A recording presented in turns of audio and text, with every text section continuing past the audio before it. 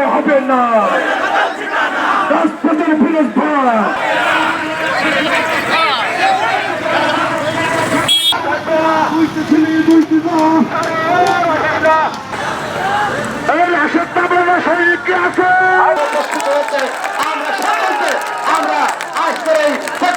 সরকারকে বদল করেছে ইনশাআল্লাহ। ইসরায়েল হোসেন জীবনকে সংগ্রামে উপস্থিতি আজ দুঃখ ভারাক্রান্ত হৃদয়ে